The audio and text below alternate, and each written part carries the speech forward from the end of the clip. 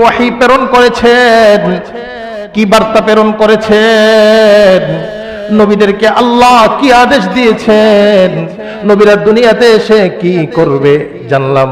নবী যারা দুনিয়াতে আসছেন সকলেই পুরুষ ছিলেন, শুধু পুরুষ এতটুকুই না, আমিও তো পুরুষ।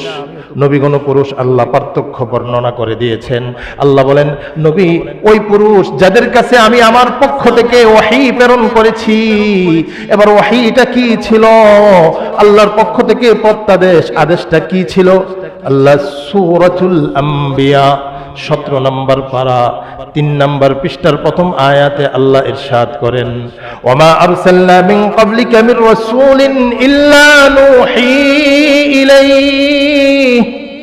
আল্লাহ বলেন, ওগো হাবিব, আপনার পূর্বে আমি যত রাসূল প্রেরণ করেছি সকলকে আমি আদেশ দিয়েছি, তোমরা এই দাওয়াত দাও, আন্নাহু লা ইলাহা ইল্লা আনা। তোমরা সকলেই উম্মতের কাছে দাওয়াত দাও, আমি আল্লাহ ছাড়া আর কোনো ইলাহ নেই। সুবহানাল্লাহ। আন্নাহু লা ইলাহা ইল্লা আনা ফাবুদুন। বান্দা, আমি আল্লাহ ছাড়া কোনো ইলাহ নেই, তাই তোমার সেজদা, তোমার রুকু, তোমার ইবাদত এটা একমাত্র আমি আল্লাহর জন্য হবে। সুবহানাল্লাহ। ক্বালু মা লিহাযার রাসূল ইয়াকুলু আত-তাআমা ওয়া ইয়ামশি ফিল আসওয়াক। কাফিরদের এক উত্তর এটা। তারা বলতো, মা লিহাযার রাসূল, আরে উনি আবার কেমন রাসূল? উনি তো খাবারও গ্রহণ করেন, বাজারেও যাতায়াত করেন। এটা হলো কাফেরদের পক্ষ থেকে প্রশ্ন করে, দুনিয়ার নির্বোধ জাহেল মূর্খরা প্রশ্ন করে, আর এই প্রশ্নের খণ্ডন স্বয়ং আল্লাহ তাআলা করেন। সুবহানাল্লাহ। আল্লাহ তাআলা তাদের প্রশ্নের উত্তর দেন, ওমা আরসালনা ক্বাবলাকা মিনাল মুরসালিন ইল্লা ইন্নাহুম লায়াকুলুনা আত-তাআম ওয়া ইয়ামশুনা ফিল আসওয়াক। সূরাতুল ফুরকান প্রথম দিকে আল্লাহ তাআলা কাফেরদের প্রশ্নগুলো উল্লেখ করছেন, আর শেষের দিকে আল্লাহ তাআলা কাফেরদের প্রশ্নের উত্তর দিয়ে দিয়েছেন। সুবহানাল্লাহ। আল্লাহ বলেন, ওগো হাবিব, আপনার পূর্বে আমি যত রাসূল প্রেরণ করেছি, যত নবী প্রেরণ করেছি, সকলে খাবার গ্রহণ করতেন। সুবহানাল্লাহ। খাবার গ্রহণ করতেন, মানে আপনার পূর্বে যারা নবী হিসাবে আসছেন তারা আসমান থেকে, ফেরেশতা আসেন নাই। ফেরেশতারা হলো নূরের তৈরি, তাদের খাবারের প্রয়োজন নেই। সুবহানাল্লাহ বলেন। সুবহানাল্লাহ। বলে, হুজুর তাহলে ফেরেশতারা কেমনে তাদের জীবন চলে? আল্লাহ তাআলা তাদেরকে বানাইছে, তারা সকাল সন্ধ্যা ইউসাব্বিহুনাল লাইলা ওয়ান নাহারা লা ইফতুরুন। ফেরেশতারা সকাল সন্ধ্যা আল্লাহ তাআলার তাসবিহ পাঠ করে, আর তাসবিহ পাঠ করতেই থাকে। এবার প্রশ্ন, হুজুর সারাদিন ইবাদত করলে জুমার পরে আবার খাবারের প্রয়োজন হবে, তাহলে কি ফেরেশতাদের খাবারের প্রয়োজন হয় না? আল্লাহ বলেন, তারা সারাদিন তাসবিহ পাঠ করে, তাদের কোনো ক্লান্তি আসে না। সুবহানাল্লাহ। মানুষদের মধ্য থেকে একজন, বলেন রাসূল কি মানুষদের মধ্য থেকে একজন? এখানে আকীদার বিষয় এসে যাবে, বিশ্বাসের বিষয় এসে যাবে। কেউ কেউ মনে করে যে না, রাসূল আমাদের নবী আমাদের মতো মানুষ না, তাহলে কোত্থেকে আসছে? ফেরেশতাদের মধ্য থেকে আসছে। কি বলেন? না, আল্লাহ তাআলা কোরআনে কারীমে জায়গায় জায়গায় এই কথাটা সুস্পষ্ট করে দিয়েছেন। ওমা আরসালনা মিন ক্বাবলিকা ইল্লা রিজালান নূহি ইলাইহিম فاسألوا أهل الذكر إن كنتم لا تعلمون। আল্লাহ তাআলা তার হাবিবকে সম্বোধন করে বলেন, ও নবী, আপনার পূর্বে আমি যাদেরকে দুনিয়াতে নবী হিসাবে প্রেরণ করেছি সকলেই পুরুষ ছিলেন। সুবহানাল্লাহ বলেন। সুবহানাল্লাহ। কি ছিলেন বলেন? পুরুষ ছিলেন। তাহলে এই আয়াতে আমরা অনেকগুলো উত্তর পেয়ে গেছি। কোন নবী মহিলা ছিলেন না। গোলাম আহমদ কাদিয়ানীর নাম শুনছেন নি? কথা বলেন না কেন? নাম শুনছেন নি? হ্যাঁ, ও নিজের নবী দাবি করছে, আরেকবার দাবি করছে আমি মরিয়ম। নাউজুবিল্লাহ বলেন, নাউজুবিল্লাহ। এই ব্যাপারে আলোচনা আসবে। আল্লাহ তাআলা কোরআন কারীমের বিভিন্ন জায়গায় এই বিভিন্ন রকমের প্রশ্নের উত্তর দিয়েছেন তার হাবিবের ব্যাপারে। যত রকমের প্রশ্ন আসছে, এর মধ্যে বর্তমান জমানায় এখনো কিছু মানুষ আছে, তারা আমাদের নবীজিকে মানুষ মনে করে না, তারা অন্য কিছু মনে করে। নবীকে ইজ্জত করতে করতে গিয়ে নবীর ইজ্জতের ব্যাপারে নিজের পক্ষ থেকে বাড়িয়ে বলা, এটা ইসলাম সমর্থন করে না। আচ্ছা, এত বড় নবী, যে নবীর আগমনের সাথে সাথে বৃক্ষরাজি পর্যন্ত নবীর আগমনের সুসংবাদ দিয়েছেন। সুবহানাল্লাহ। পাথর থেকে নবীর আগমনের সুসংবাদ এসেছে। ওই নবীর ইজ্জত সম্মান কিভাবে বর্ণনা করতে হবে, কিভাবে করতে হবে, এটা আল্লাহ তাআলা বলে দিবেন না? কি বলেন? অবশ্যই। এটা কি নবী যে দ্বীন নিয়ে আসছেন, যে ধর্ম নিয়ে আসছেন, এই ধর্মের সামান্য থেকে সামান্য, তীক্ষ্ণ থেকে তীক্ষ্ণ, এমনকি যেটা ইহুদিরা পর্যন্ত সমালোচনা করছে। আচ্ছা, তোমাদের নবী কি তোমাদেরকে বাথরুম কিভাবে করে এটাও শিক্ষা দেন? সুবহানাল্লাহ বলেন না? সুবহানাল্লাহ বলে হ্যাঁ, এটাও তো শিক্ষা দেন। মানে এটা, এই শিক্ষাটাকে এরা নিম্নমানের মনে করছে।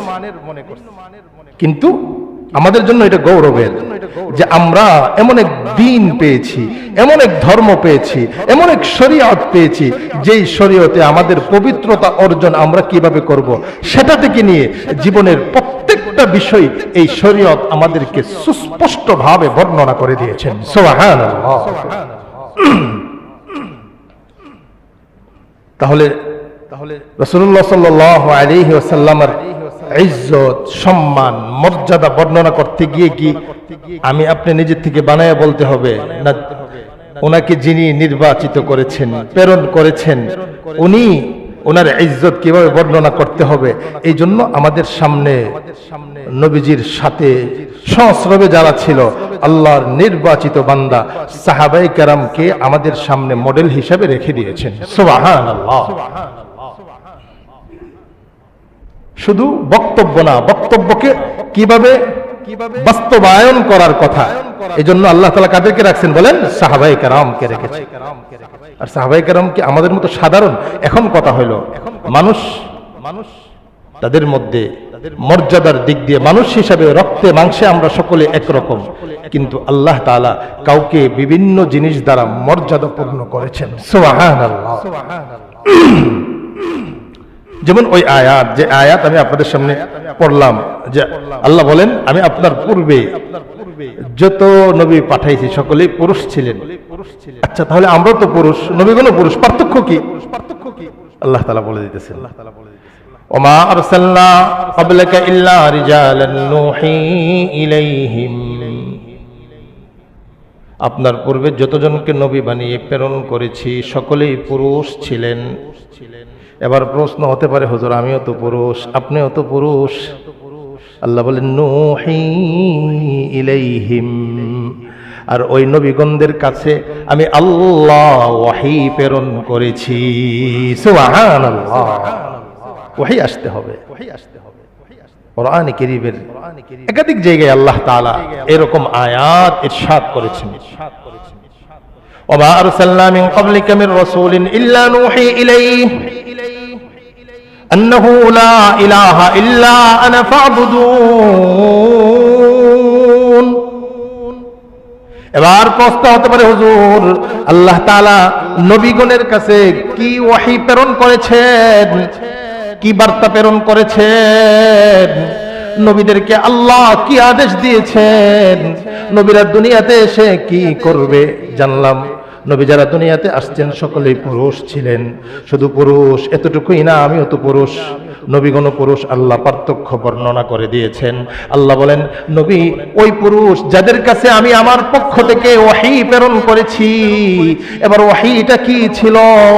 আল্লাহর পক্ষ থেকে প্রত্যাদেশ, আদেশটা কি ছিল? আল্লাহ সূরাতুল আম্বিয়া 17 নম্বর পারা 3 নম্বর পৃষ্ঠার প্রথম আয়াতে আল্লাহ ইরশাদ করেন, ওয়ামা আরসালনা মিন ক্বাবলিকা মির রাসূলিন ইল্লা নূহী ইলাইহি। আল্লাহ বলেন, ওগো হাবিব, আপনার পূর্বে আমি যত রাসূল প্রেরণ করেছি সকলকে আমি আদেশ দিয়েছি, তোমরা এই দাওয়াত দাও, আন্নাহু লা ইলাহা ইল্লা আনা।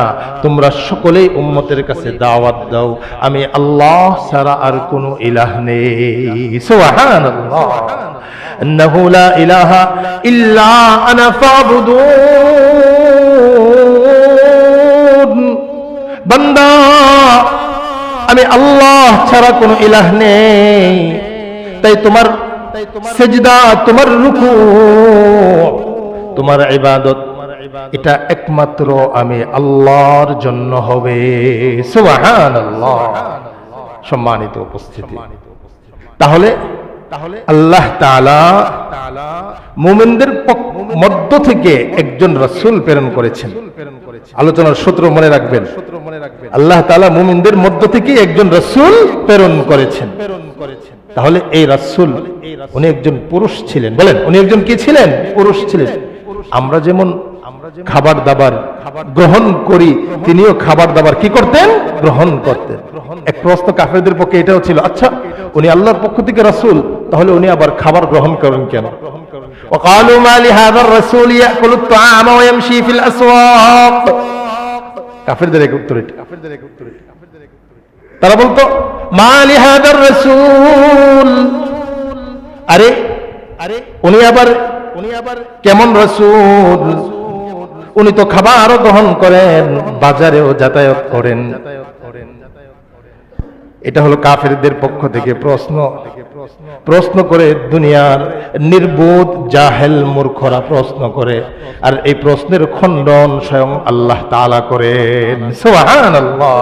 আল্লাহ তাআলা তাদের প্রশ্নের উত্তর দেন, ওমা আরসালনা ক্বাবলাকা মিনাল মুরসালিন ইল্লা ইন্নাহুম লায়াকুলুনা আত-তা'আম ওয়া ইয়ামশুনা ফিল আসওয়াক। সূরাতুল ফুরকান প্রথম দিকে আল্লাহ তাআলা কাফেরদের প্রশ্নগুলো উল্লেখ করছেন, আর শেষের দিকে আল্লাহ তাআলা কাফেরদের প্রশ্নের উত্তর দিয়ে দিয়েছেন। সুবহানাল্লাহ।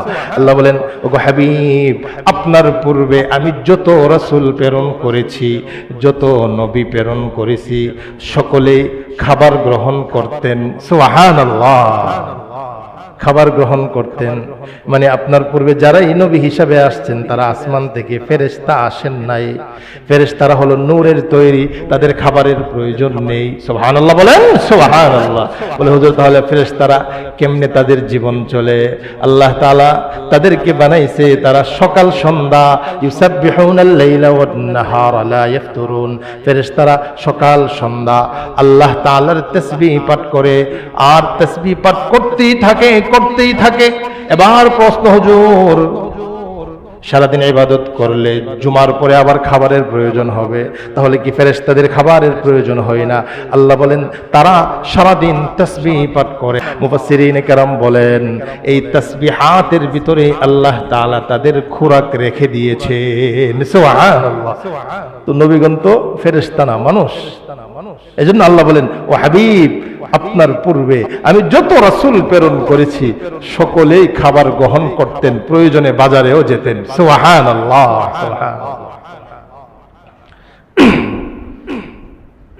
যা বলতেছিলাম, আল্লাহ তাআলা মুমিনদের উপরে, মুমিনদের মধ্য থেকে একজন রাসূল প্রেরণ করে মুমিনদের প্রতি ইহসান করেছেন। সুবহানাল্লাহ বলেন, সুবহানাল্লাহ। ইহসান করেছেন। আচ্ছা, আমাদের স্বভাব, আমাদের আচার আচরণ, আমাদের কি প্রয়োজন, এটা কি মানুষ ছাড়া ফেরেশতারা বুঝবে? প্রশ্নটা কঠিন হয়ে গেছে আপনাদের কাছে। আচ্ছা, এই যে আমাদের পবিত্রতা অর্জনের জন্য কাজায়ে হাজত, বাথরুমে আসা যাওয়া, এই প্রয়োজন কখন কি করতে হবে, এটা কি ফেরেশতারা বুঝবে? তাদের তো এই প্রয়োজনই নেই।